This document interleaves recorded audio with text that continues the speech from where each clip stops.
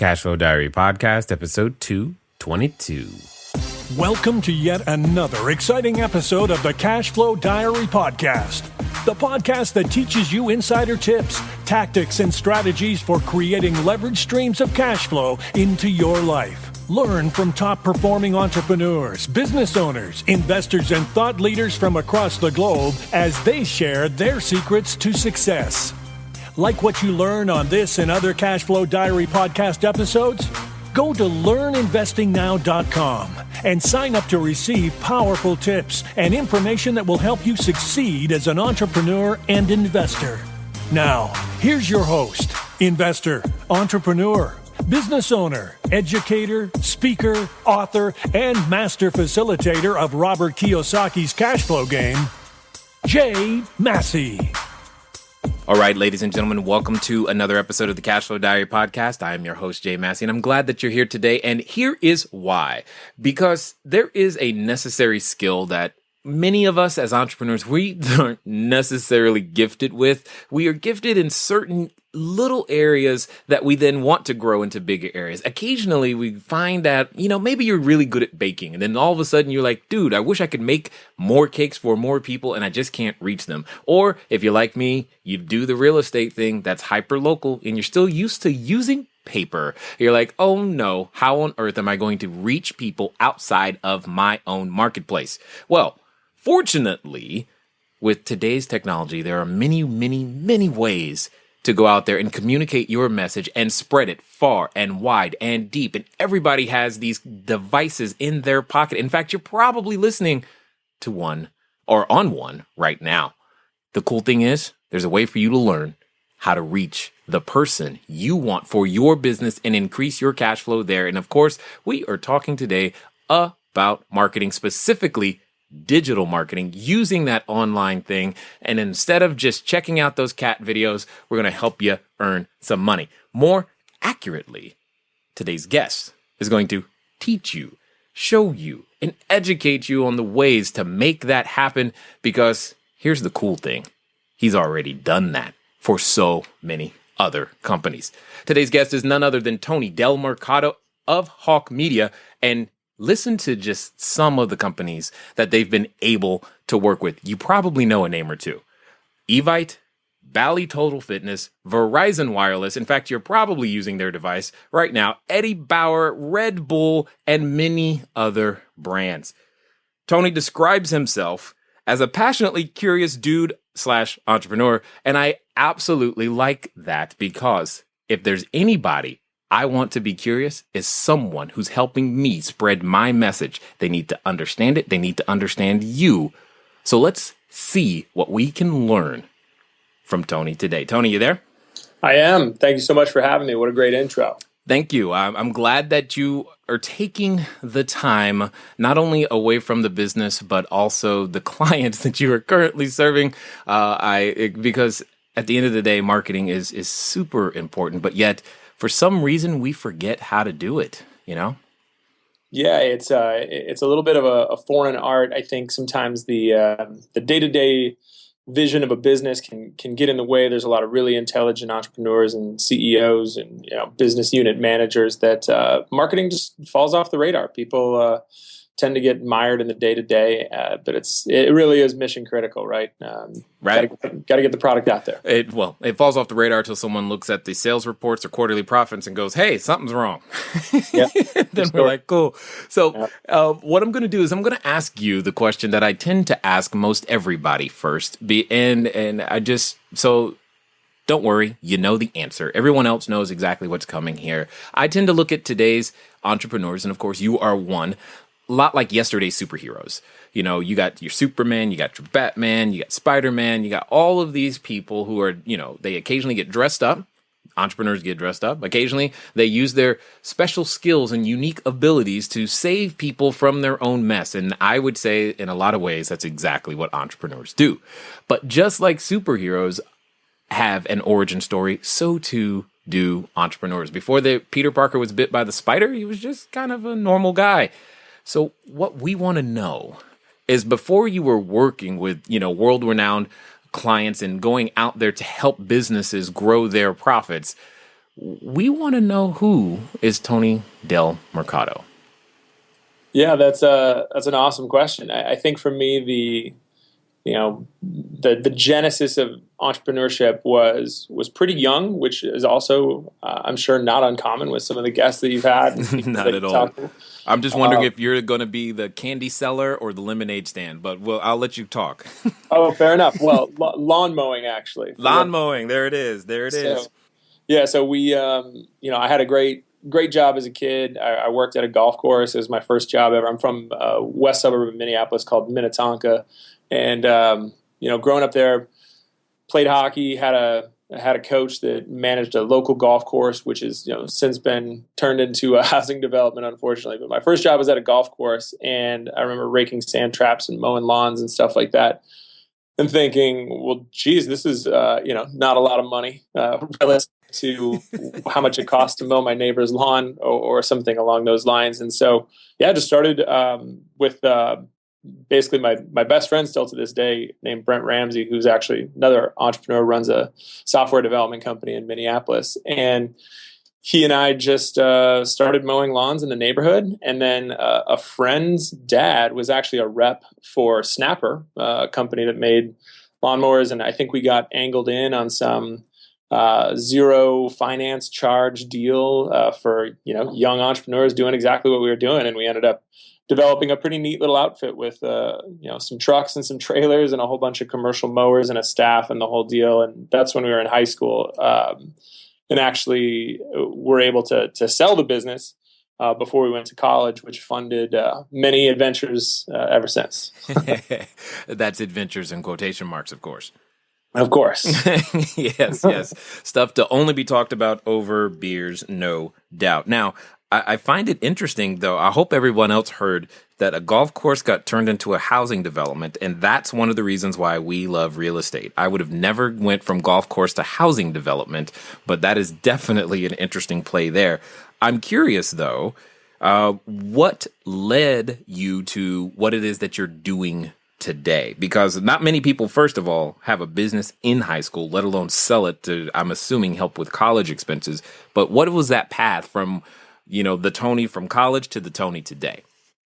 Yeah, so I did a lot of different things. I originally went to school to be a teacher for a secondary education, and then this is a sad statement, but I realized how little money they made, and right. I didn't want to be that way. I didn't want to make more as a 16-year-old with a lawn company than I did as a 40-year-old professional in the teaching industry. Which, again, sad state of affairs to be candid, but it's what I originally went to school for. And then after that, decided to go into business. And then as a major, that is, but fell in love with architecture, of all things, moved to Boston to go to a small private school out there and worked at an architectural firm in the North End. Had a similar sort of aha moment where I thought, man, architecture, despite having the entrepreneurial zeal that I did, which was, of course, to have my own firm and design independently and so on while I was cutting my teeth at a firm in the North End of Boston, I realized there was a lot of really, really smart, talented people in their 50s and 60s that still hadn't been able to cut the cord and make it on their own. It's a starving art, just like any other. And so making a reasonable means to, support a family or travel or do some of the things that I'd always wanted to do seemed a little bit out of reach. And so I kind of packed up my stuff and I bought a used undercover police van, which is a very, very long story. But I drove me and all my stuff across the country from Boston to part of California, just north of the San Francisco Bay Area called Sonoma, Santa Rosa. Most people are familiar with that part of the country. And then I was going to, I really didn't know what I was going to do. I knew that I wanted to be a West Coast architect, so I had moved west. And from there had really no clue. I had worked at restaurants. I'd done some other things. Wanted to do something on my own. And then I actually fell into a job interview with a company selling Cutco knives called Nice. Vector Marketing. Right? Did you say Vector? Yep, Vector Marketing. Yeah. Okay, I'm familiar. Uh-huh. Yep. And so ended up, going for a job interview and like, yeah, sure, this is different, right? I wanted something entrepreneurial and something on my own, and ended up sort of ascending the ranks of that company and running a fairly significant chunk of business there for just under 5 years. I was at that company. And then in 2009, just decided that although I really liked a lot of what the company was about and a lot of the, I guess, core values, and certainly the entrepreneurial freedom, got to travel a lot, got to set my own schedule, got to manage my own P&L, all these kinds of things that you would expect as an entrepreneur. I just didn't want to do that. Just didn't want to do that anymore. I had a really great gig, but I think, I don't know, maybe I'm not speaking for everyone here, but I think entrepreneurially, I find myself on like a 3 to 5 year cycle. I really have to shake things up pretty dramatically, somewhere around there. And I'm a builder by nature, I think, as opposed to a sustainer or a closer. I like the building process. So anyway, in 2009, decided that was the time to go. Wanted to get into the nonprofit space, and was fortunate to be introduced by a friend of the family to a man that founded a nonprofit in the early 80s, dedicated to redefining the role of business as a social partner, called the World Business Academy. And this is before, the triple bottom line out of Harvard, like people, planet, profits. And so because of the fact that this thing had been around since the early 80s and had a board of fellows like Deepak Chopra and all these really interesting folks that I had a chance to meet and interact with, but was still very, very savvy in terms of business, right? And sort of capitalistic endeavor. But the nature of the nonprofit was to spread information and sort of ways of thinking and case studies around capitalism and social good not being mutually exclusive, right? Right. You can certainly do both. And again, all the sort of founding principles of this place were around long before the stuff that we point to now, which is, I think, really cool. So did that. While I was doing that, was introduced to my current business partner, Eric Huberman, and there was a upstart company selling essentially music online in a way that wasn't incredibly novel, but was doing some interesting things with a side product that they had where they were offering some coaching to musicians, artists, et cetera, to help them grow their careers. There's a long story about the death of A&R in the record industry that I could go into, but probably don't need to. But for the sake of keeping the story short, the company, when I started running it, morphed into one focused on developing the careers of independent artists, helping them find gigs, helping them copyright their songs, helping them get legal entities, and then helping with fan acquisition, which is essentially customer acquisition online in the modern music business. And so got pretty good at that, helped a few hundred different artists achieve the level of success that we benchmarked, which was quit your day job, right? Right. And that's, I mean, for anybody out there that is even vaguely familiar with the music business, getting to a point where you can support a decent quality of life with nothing but music is pretty darn challenging in the modern era, right? So that was great. Had a lot of really good wins there. The company, because of the clientele, wasn't able to really make a lot of money. Trying to get starving artists to pay you for a service is somewhat of a bad market niche to try and get after. But so that came to a close right around the end of 2013. And I was actually in Hawaii with my parents and called my buddy Eric up, who I'd worked with on a few projects in between. Ellie's, a women's activewear company, Swag of the Month with a subscription t-shirt company. And we had just always stayed close, and he was working as a marketing consultant and has always had a great network. And I said, well, what should I do next, man? Plug me in somewhere. And I think there's an opportunity for me to impact some business. And he said, well, there's this marketing consulting thing that I'm doing, and we've got this kind of growing list of clients, and maybe we could do that together. And so that was bless you. That was at the beginning of 2014, then January 2014. And that's when Hawke Media started. And so since then, we've been working with a ton of different brands, mostly e-commerce, some B2B, some mobile, but driving revenues, acquiring customers, driving installs, pretty much everything that has to do with data-driven acquisition marketing. We do some brand development, logo guides, style guides, websites, all kinds of fun stuff like that as well. But for the most part, it was born out of a relationship I had with my buddy Eric. So professionally, that's been the windy road that has led me to Santa Monica and a digital marketing agency with 40 some crazy folks like me running around. Well, let's tell the truth. Santa Monica is just beautiful, and you really wanted to be there. All right, guilty. And it seems as though travel is a constant theme for you. So it's interesting to me that you do a significant amount of it, even though you keep change. It's like you'd like to change the scenery and everything that you're doing. You've got lots of breadth of experience when it comes to the world in and of itself. Was that intentional? Yeah, I think so. I mean, I've always just really enjoyed new scenes, new people, new culture, new ideas, being exposed to, just different stuff that's out there. It's a pretty darn big world. And I mean, I'm pretty fortunate to have seen a real small percentage of it. I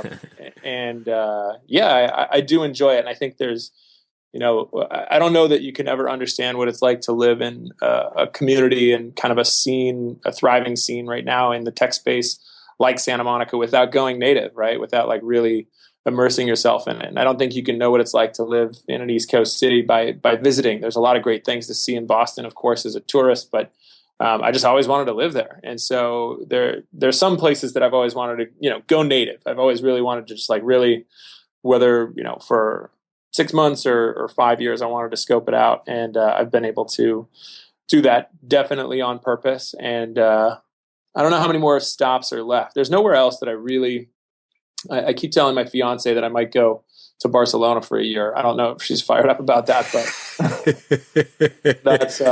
that's pretty much the only other one on the list. Yeah, okay. Well, I know we have some listeners out there in Barcelona. Hey, Billy, because they reach out to us from time to time. I'm sure they would be more than willing to only feed that obsession for you to go there and whatnot. Now, what's interesting, I guess, about all of this is there is this moment. I mean, there's these opportunities that you've had where you've bounced it from working with another company to working on your own and back and forth. And where does that courage to do it that first time or to keep doing it and make those changes come from? Because there are a number of people who I know are listening right now. They want to build their cash flow. They want to start their business, but in the back of their head, they're just going, how do I do that? You seem to have mastered the art of change. That's what I'm going to call it, the art of change, because you keep reinventing and changing yourself over and over again. I'm sure there's at least one person who would love to know, what is Tony's 12-step program to make that work? Yeah. Well, I think, first and foremost, I have sort of an innate and unwavering belief in the fact that we'll figure it out, right? Again, my fiance, kind of in a mocking way, says we're going to put that on your tombstone, right? Is we'll figure it out. Because that's the thing is, I mean, you could drop me off pretty much anywhere on earth. And I think having a positive attitude and pleasant demeanor and some base level communication skills and humility are also helpful, right? But yeah, I think just sort of a belief in the fact that, there's not that much stuff out there, at least in our very fortunate corner of the world, that is that's all that awful, right? You can get up and take a risk.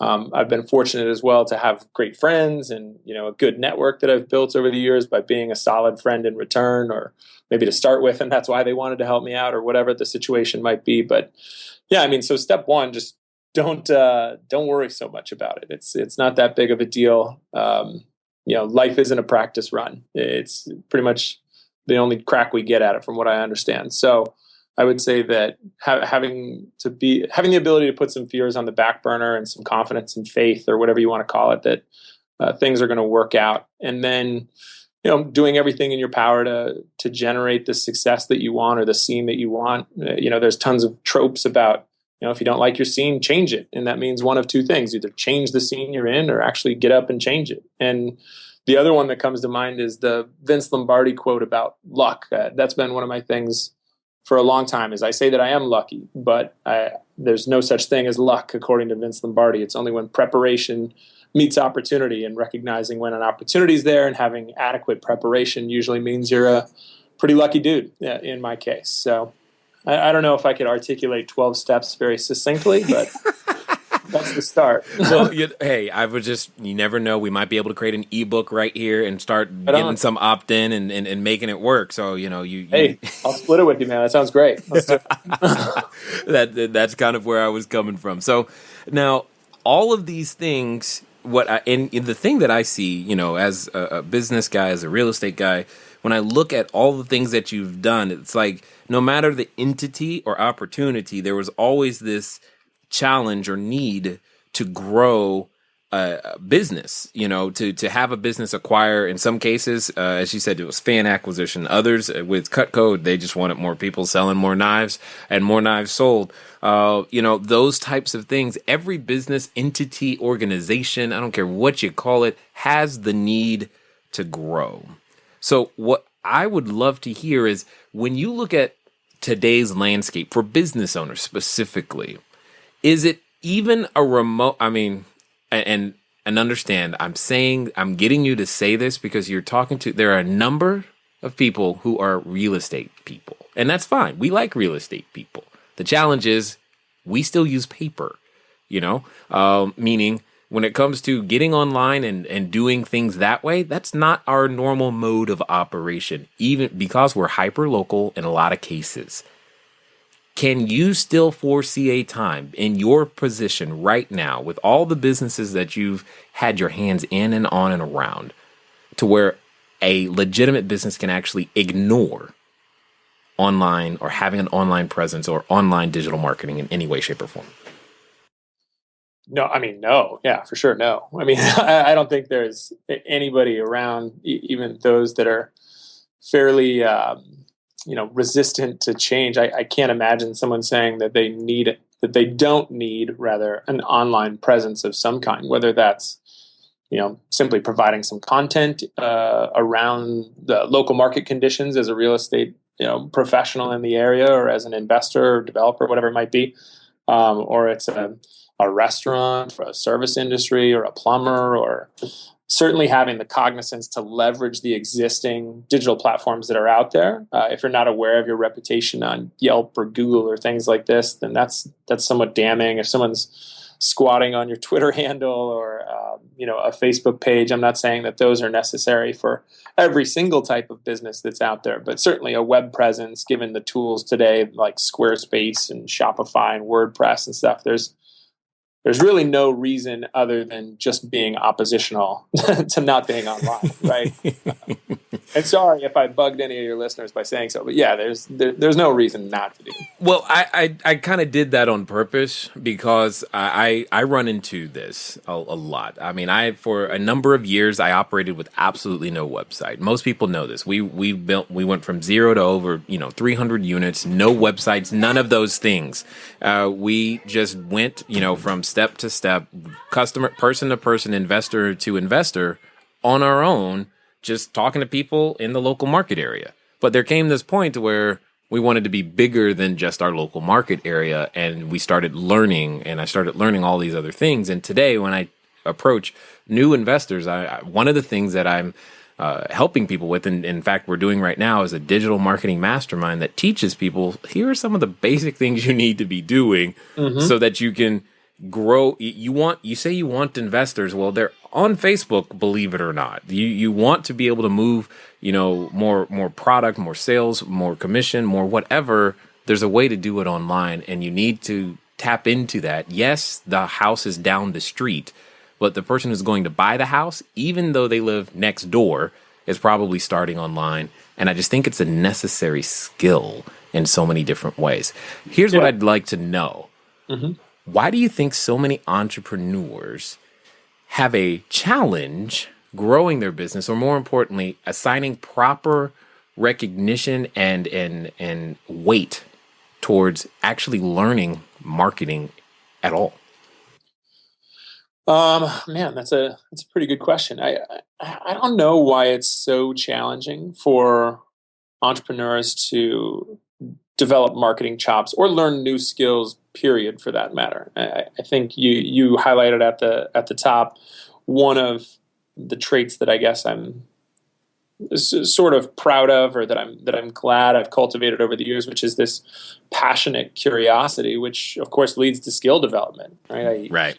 Hear a word that I don't understand, see a platform I haven't heard about, and if there are things out there, not that by no means am I the sage of anything. I just happen to be curious enough to get educated and be able to hold my own in a conversation around a variety of topics. And so for me, I've been fortunate that that's there. But I'll tell you, in the hiring process, it's one of the things that I really look for in candidates that are coming here, is that desire to learn more and to better themselves, especially in this industry. Real estate or some brick and mortar businesses might not be so dynamic in terms of changing on a dime the way digital acquisition might. But I think having some wherewithal and some skill development it's super important. There's a guy who does a podcast that I heard a long time ago named Mark Schuster, who's a venture capitalist here in town, and he said, if you're not doing everything you can every single day to be better, there's some kid at Stanford right now sleeping on a couch eating ramen who's going to kick your ass, and he's probably on his second bag of ramen and a can of Monster, right? Or no, not Monster, Red Bull, right? Right. So at the same time, that's. Go ahead. I don't know why it's hard though. Yeah, I mean, what I don't know is that why entrepreneurs sometimes. I think if you get a couple wins early, and I don't mean this to be dismissive or negative around anybody, but if you get some entrepreneurial wins early or put a little money in your pocket, I think it's easy. Again, not easy. I don't want to overstate this.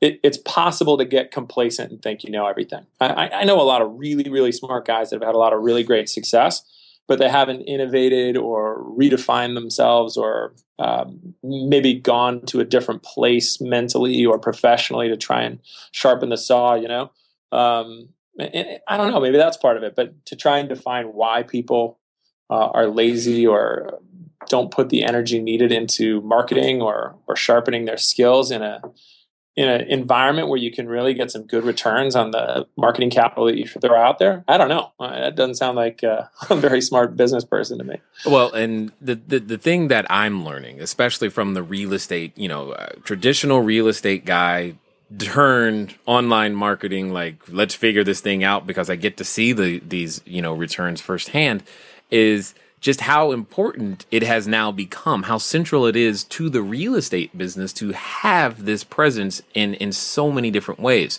One of the things that I appreciate, and I'm just curious to get your perspective, is if we were to try any of the things that we do today to reach the number of people that we can, it would be astronomical in cost as well as just developing that platform. Whereas today, it feels like I need a cell phone and a selfie stick, and I'm ready to go just about anywhere. I would love to hear your thoughts on the barrier to entry. Like, really, how difficult is it for a business to develop a marketing presence online?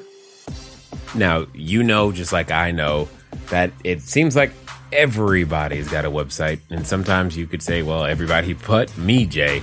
And he's going to definitely answer the question and give you his insight into how easy it is. But here's the point, here's the question, here's the thing I want to ask you. What business are you in? Now, I'm going to ask it again. What business are you in? No matter what you answered, at some point, you're really in the sales and marketing game, and you're trying to grow your customer base. You're trying to get in front of more people. You're trying to market your services to more people on a bigger, better, badder, wider scale. That's what you're in. And you've got to learn these skill sets and make these things happen. So hopefully you're paying attention to everything that Tony is putting down. Pick it up and make sure that you are taking copious notes. If you want to get a hand on some of my notes that have helped me to develop a 10-step system that you could read all about in my book, Cash Flow Diary, 10 Steps to Creating Wealth in Any Economy, just text the word book, BOOK, to 72,000. That's 72000. Or go to cashflowdiary.com/free book. I'll send you a PDF copy because you podcast listeners rock. And if you really, really want to, you can just go to Amazon or Audible and buy it. But I would say, why don't you just go ahead and go to cashflowdiary.com/free book. Get started today. It's enough of me. Let's get back to Tony so you can hear what I think you're going to like when it comes to the barrier to entry. Yeah, great question. And I'll circle back to something from the music business experience that I had, just because I think it's interesting. What happens in the music? What happened in the music business is, because of the MP3 and easy distribution and home recording studios and low cost digital instruments and so on, what we saw happen there was the business became so easy to get into. Everybody and their brother's a DJ, like everybody's got right. Something they're singing into a Pro Tools thing that costs $300. I mean, you think about how expensive that was even 15 years earlier. It's profound, right? So what happened is the walls come down, you democratize the business, but now the professionals, the real legitimate musicians that have been, out there doing it, they're competing for the same ears that somebody who picked up a guitar yesterday is. Now, what I would suggest is that in a profession like real estate, or any other for that matter, the barriers to entry, to answer your question, have come down tremendously. I mean, you can literally go on Squarespace. I'm not plugging them. I hope they're a sponsor, or if some competitor is, you can delete that. But you can go on their platform with no credit card for 30 days. You can build a website. If you dig it, you pay them $10 or something. I mean, it's amazing, right? Getting an advertising somewhere like Twitter or LinkedIn or Facebook or Instagram, even now, is open to the general public. These are things that are incredibly easy to do. The challenge now, that I will say, is that you've got everybody and their brother, much like what happened in the music industry, competing for the same attention. And so perhaps some less reputable people in the field of real estate are competing for the same business or opportunities that those folks that really do the right thing and have established the right skills and credibility are doing as well, which leads to my second point, which is, yes, the barriers have come down, but doing it right and giving yourself some sort of reputational credibility online is uber critical now that everybody's out there. Well, and you're bringing up the point. It's not like, yes, it's easy for anybody to do, and to some point, the guy who's learning to play music, if he just records the fact as his journey on learning to play music, he actually stands a chance at outperforming the person who actually knows what they're doing musically, which is crazy to think about. But at the same time, one of the things that I'm learning is just how they all interact with one another. I mean, we recently got on Twitter, and I'm just like, wow, this is a pretty neat platform. Had completely dismissed it for a long time. We had been in podcasting and YouTube and all these other places, but Twitter was just not on the radar at all. And I'm just like, wow, this happens everywhere. It's like every platform has so much to offer any particular business or entrepreneur. So I'm kind of curious if you have a favorite, what I call traffic store. That's what I tend to look at each platform, where there's Twitter, Facebook, Instagram. They're just traffic stores. Is there a particular strategy that you guys like? Is there a particular traffic store that you're fond of? Like, what is your go-to playbook that you would say for most entrepreneurs? Yeah, well, I mean, I can give everybody pretty much the fundamental philosophy that I have around marketing online, which is, if you think of a pyramid, right, or Maslow's hierarchy of needs, right, at the bottom you've got food, shelter, water, etc. You move up through social acceptance and self-actualization up at the tip, right? Yes. I think everybody has a visual on this, right? So if you think about the base, right, it's good product, good brand, good website, right? Those are first and foremost, right? Without those things, you can't really move forward. Then my favorite traffic store, if you will, is your existing traffic. So the next step up on the pyramid, I would say, is retargeting and email marketing. And so unless you're capturing a meaningful percentage of your traffic in email, providing some value, of course, whether that's a white paper, a free consultation, a discount, what have you, getting emails so that you can maintain a dialogue with customers and nurture them through to whatever acquisition you're looking for, as well as retargeting, right? Dropping a pixel on your website so that you can show that visitor a display message or a Facebook message.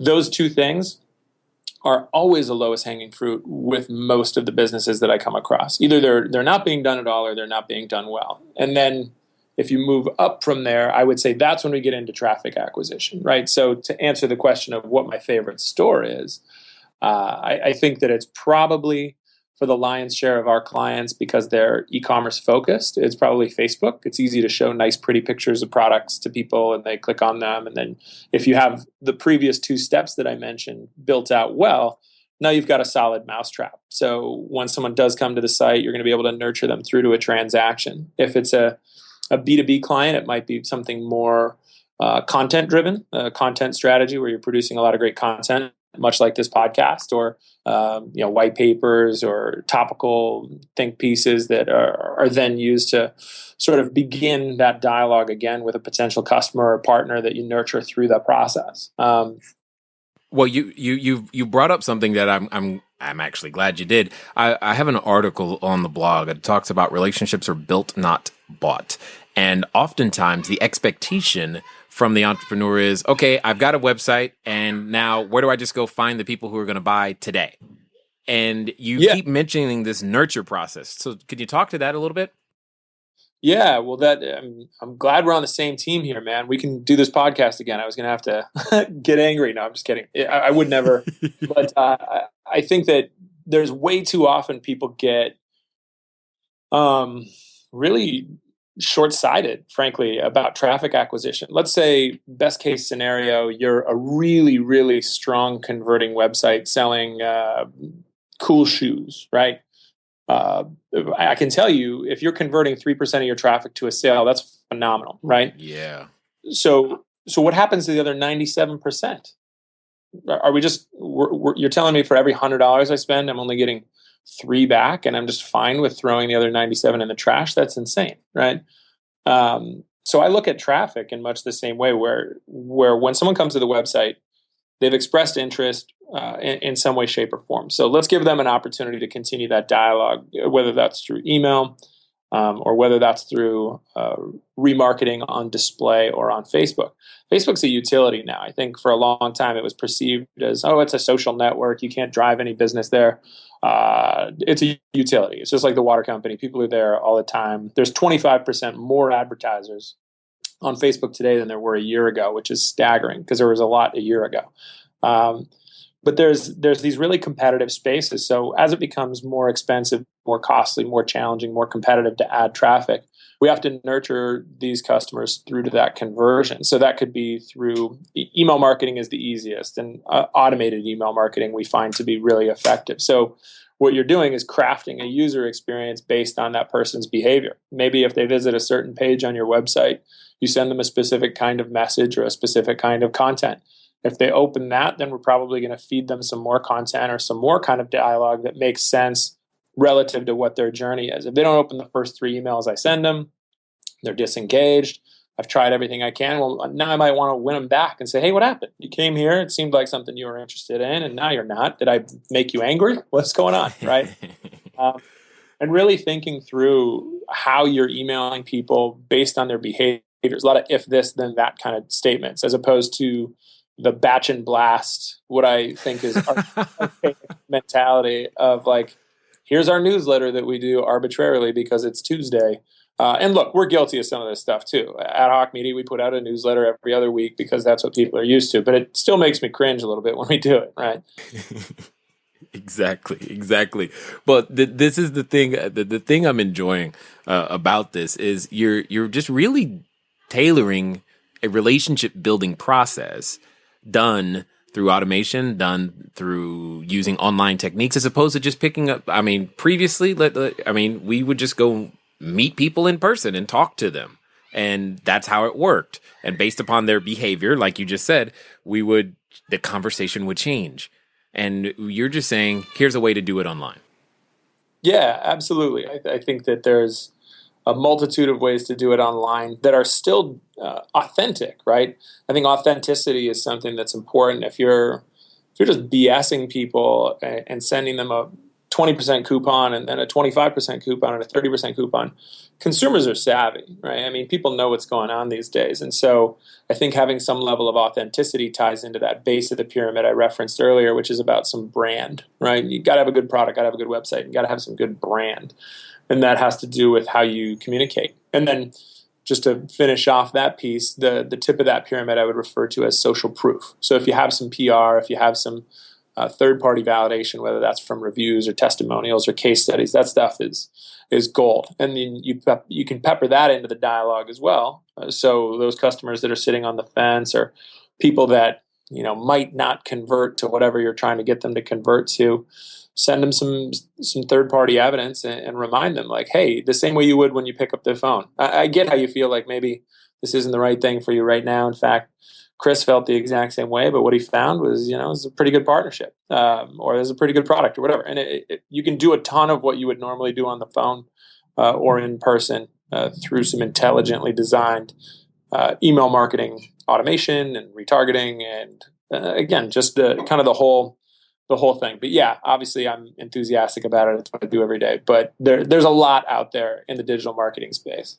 And just so that we don't have any, because I recently have delved deeper into the whole retargeting, remarketing space. For those who may not understand even what something like that is, could you kind of explain?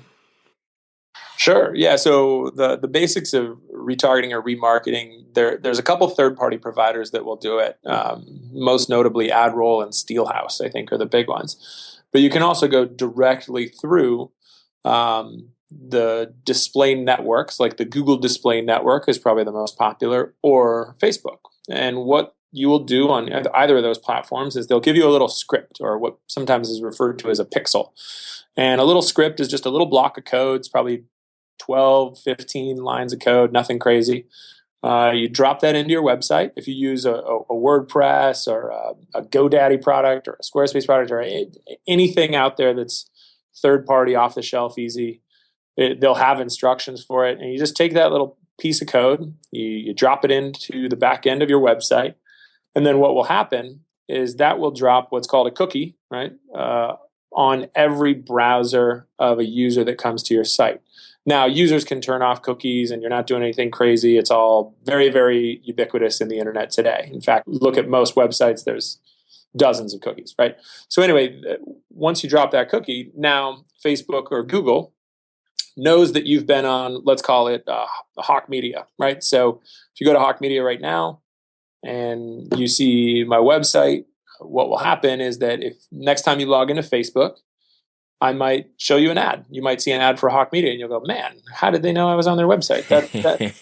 You were looking over my shoulder through the window. That's right. It's the whole thing. And don't worry, there's nothing personalized about it. I think sometimes people have a little bit of a big brother fear, especially when it comes to retargeting. It feels weird sometimes to people, but I can tell you it is ubiquitous. It is 100% everywhere, all the time, and there's no personal information gathering or anything like that. The only people that actually know who you are is Facebook and Google. So I don't know if that makes you feel better or worse, but no doubt, they know. Between those two, I wonder if they could get together and they could probably predict what I'm going to eat tomorrow. Guaranteed. Yeah, they're amazing. So with all of these services and things, I mean, I'm assuming this can be, for anyone listening this far, I'm going to say that their brain is possibly exploding and maybe even feeling a little bit overwhelmed. What I really would love for you to share is some of the ways that you help entrepreneurs assimilate all of this new stuff into their existing business processes that ultimately result in more leads, sales, and transactions, or in our case, definitely investors, more houses, more property, just more of what it is that we're out there to do.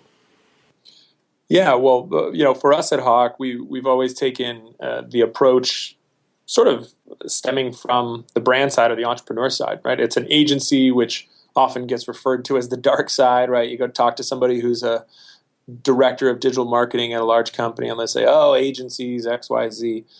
We've always come from the side that is there to serve entrepreneurs and brands. That's why we're a month-to-month agency. We don't have any long-term contracts or anything like that. All of our services are a la carte. Someone wants to use us for Facebook marketing, but not email marketing, fine. It doesn't bother us. And the way that we approach everything is we do a pretty in-depth kickoff with every client that we work with, where we'll sort of assess and take a temperature on where things are as far as the business, where are the biggest holes in the bucket, where can we really make some improvements with low-hanging fruit, and then we'll typically execute on that fairly quickly. And then there's a process of both execution and education. There's a lot out there. I got to tell you, I'm not the smartest guy under the roof in my own office about most of this stuff. And we've got a team of about 40 that are working on this all the time in a bunch of different disciplines. And the reason we've got 5 silos in our business is because it's really complicated. There's a lot of moving pieces.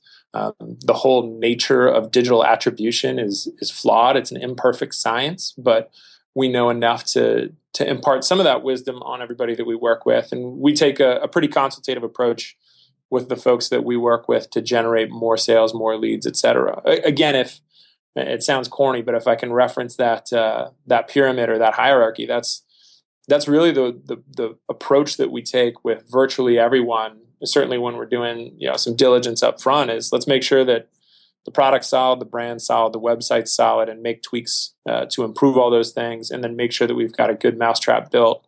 Make sure we're doing well with traffic acquisition, and we're buying traffic efficiently, and we're buying traffic from the right places, and then let's drum up some social proof, get some bloggers fired up, get some PR, get some reviews, those kinds of things. And that's pretty much it from a high level. I could certainly dive in on any of those if you want. But well, the thing is that I think would be helpful is for everyone to hear, when of all the entrepreneurs that eventually approach you, what is the top 3 things that they haven't done, so that someone listening can go, oh, that's me. That's what he's talking about. And because how do they recognize, you know what, I need somebody? Yeah, I mean, well, in a lot of cases, they just don't know their numbers, right? I come from a business ethos that says everything you do at the end of the day should fit in a box on an Excel sheet, right? And if professionally, that is, by the way, I'm not talking about playing with your kids or hanging with your friends, right? We're not going to go that deep yet. Not that deep. Yeah. But from a professional standpoint, what are the metrics, right? What are the core metrics that drive your business? What are the things that you need? I have found very, very few people are really dialed in when it comes to knowing their numbers, whether that's using something like Google Analytics or RJ Metrics or Domo or one of these really expensive platforms on the higher end, knowing what traffic looks like, what percentage of that is new, which landing pages they're going to, what's average time on site, what content's on that site. What do you think is driving those results? And what can we do to impact those numbers that we care about? Maybe we don't care about time on site, but we care about a conversion event, whether it's a form submit or a certain length of video that somebody has watched. And are we measuring that? And if not, what the hell are you doing, right? Because you're flying a plane at night with no instruments, right? It doesn't make any sense to me. So I would say that's first and foremost. And I guarantee a big chunk of the people listening to this don't know their numbers cold in that way, right? That's the first one. The second one, I would say, is automated email marketing. And I think that is where people fall in love, I should say fall in lust with Twitter and Instagram and Pinterest, and now there's Periscope and Meerkat and Snapchat ads, and there's all these great things that people get real fired up about that are flavor of the month in a lot of regards. Email marketing's been around a long time. I use the same email address that I had 15 years ago. And if I give that to you, we've now entered into a sacred dialogue, right? Right. And protected at all costs. And so if I've been, as a brand, given that opportunity to communicate with a client or a potential customer or a potential partner, whatever it might be, and I don't take that advantage, or worse still, I'm not even giving them the opportunity to engage me in that dialogue, that's a huge mistake, and it's super common. There's big companies that we've worked with, and very successful companies that most people wouldn't have heard of, but are really financially successful, that are just awful in both email capture and automated email marketing. So that's another one that I would say. And by the way, that doesn't matter if you're a B2B business, if you're a B2C business, if you're a brick and mortar, if you're a mobile company, plumber. You pick it. It doesn't matter. Marketing information well enough, right? Probably. I shouldn't say that with such a sweeping, generalized tone, but I'm guessing it's probably not done with like, first class sophistication, which not everybody necessarily can afford or has the resources to do. But that's a big, big opportunity for a lot of businesses. Even a simple, email capture and welcome to my list response is a great start for a lot of people, right? And then retargeting. I mean, that one is just so huge because your ad dollar goes so much further with someone who already had one impression. I know. You just said something that got me all kinds of excited because I've been looking at our numbers and difference in terms of what it costs to get that first person to have an impression or a visit to the site versus getting that person to come back. I'm just like, this is ridiculous. It makes no sense whatsoever and gets me too excited all the time. Now, before I get too excited and distracted, for those that have listened this far, there's probably at least one person who said, you know what? I just want Tony to do this for me. How can they check you? How can they track you down, stalk you, figure out what's their next step?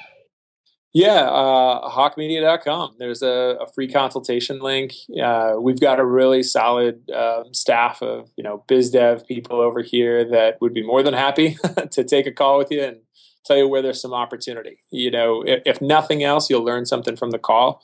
I'm not trying to strangle anybody into coming and being a Hawke client, but there's definitely some value we can add in 20, 30 minutes on the phone with one of our biz dev guys. There's usually something that we can point out and some actionable advice that we can give.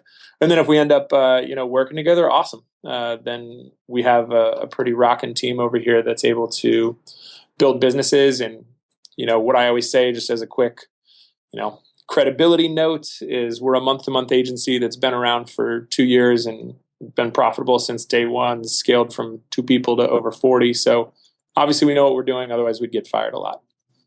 Yeah. And that works for me for sure. Now, for those that are listening and still wondering, I would love for your thoughts on this. Because many people, if they have a nationwide something, they can go, oh, yeah, I need to be online. Can you talk to the person who's local? Because a lot of the listeners I know, they're doing local. Maybe it's local in, the UK, local in Germany. And I know you guys were listening. Hey, how you doing? But I talk to that local. Does this still apply to them?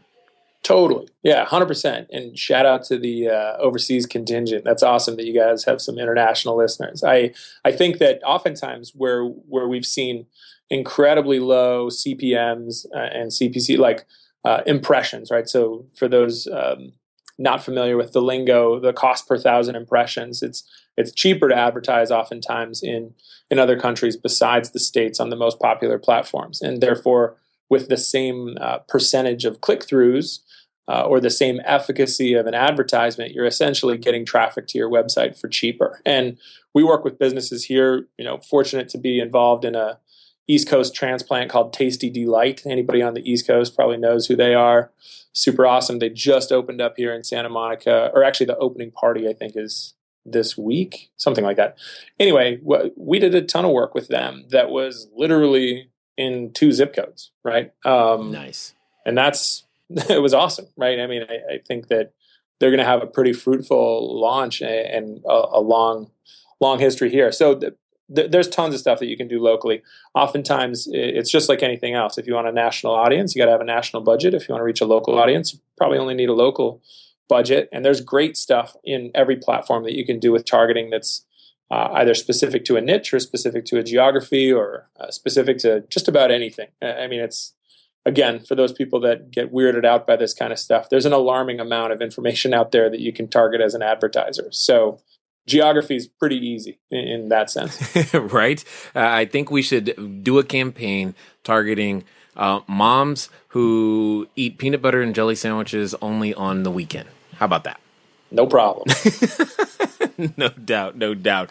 Well, one of the things that I want to ask you before we go is there's a ton of entrepreneurs listening, ton of would-be entrepreneurs, ton of people who are still stuck in their job, and I think they're still stuck because they just don't have enough leads in sales.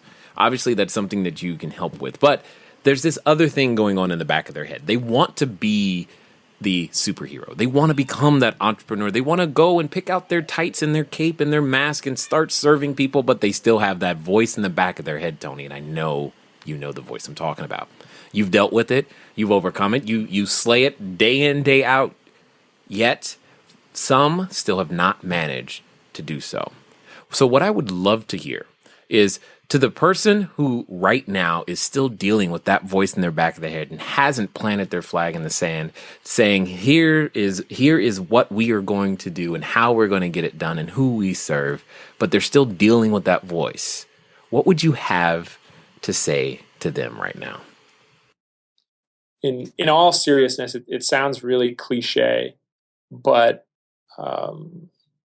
what have you got to lose, right? There really isn't anything that's inhibiting you. If you're in a relationship, there's a strong likelihood the person that decided to hang their hat with you is supportive. There's you hope.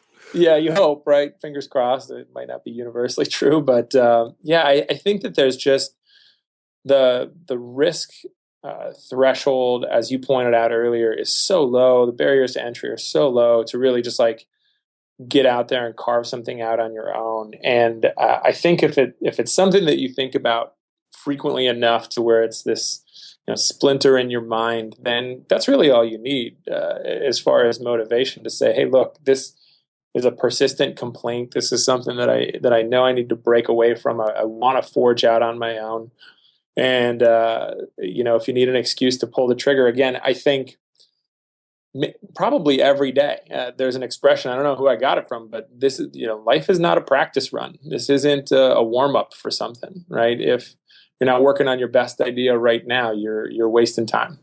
Well, I, for one, am very, very grateful for the information that you've been able to share with us. Like I said, you've dropped a lot of knowledge, and hopefully those of you, maybe the kids were running around, you were able to still pick up what he was putting down. And most importantly, if you were, washing those dishes, you were still able to understand and take some notes. And if you were on that treadmill, you were able to still run alongside these great ideas that were just shared with you. So I, for one, sir, just want to say thank you for taking the time to invest your knowledge with us here at the Cashflow Diary.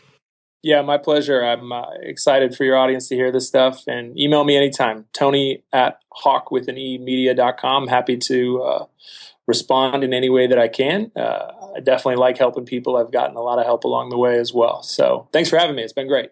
Quite welcome. All right, ladies and gentlemen, you know what time it is. It's time for you to move at the speed of instruction. What does that mean today? It probably means get over to hawkemedia.com. It means email Tony. It means do something. Never leave the scene of a decision without taking measurable action towards it. So what does that translate to? That means take out your phone, go to Hawke Media right now, click the free consultation button, and get started. At least you will be in the process. They're going to contact you back. What are you going to do? You're going to pick up the phone and you're going to be on your way to more leads, more sales, more business, more of what it is you said you wanted. And here's the cool thing. They're going to help you get it. It's been fun talking to you guys today. I look forward to talking to you soon. Until next time.